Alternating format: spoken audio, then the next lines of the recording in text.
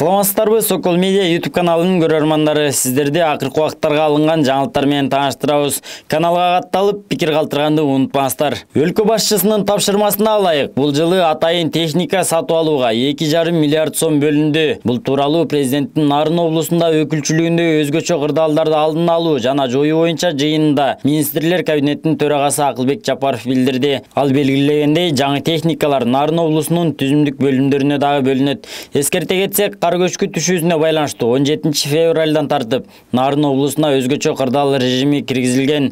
Бишкек-Нарын Торгарт жолунда кар көчкүнү атайлап атып түшүрүү иштери жүргүзүлүп, атайын техникалар иштөөдө жана унаалардын өтүсүнө убактылуу чектөө киргизилип жатат. 16-20 февраль аралыгында 1,22,750 метр куб кар түшүрүлдү. Президент Жапаровдун мурунку президенттердин башын кошуу ынтымак алып келгендигин, жыйынтыгы натыйжа бере баштады деп жакшылыкка жорыганыбыз туура болчу. Себеби өлкөдө ынтымак болсо, туруктуулук дагы бекемделип, инвесторлордун ишенимдүү иш алып баруусу шартталат.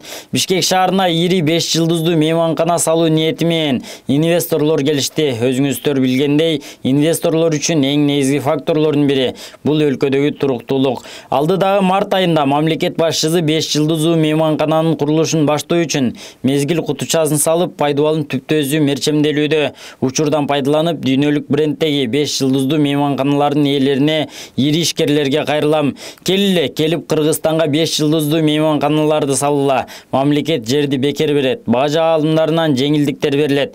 3-5 жылга чейин салыктан бошотобуз. Бул боюнча толуккандуу маалымат алуу үчүн түз эле инвестициялар боюнча улуттук агенттикке кайрыла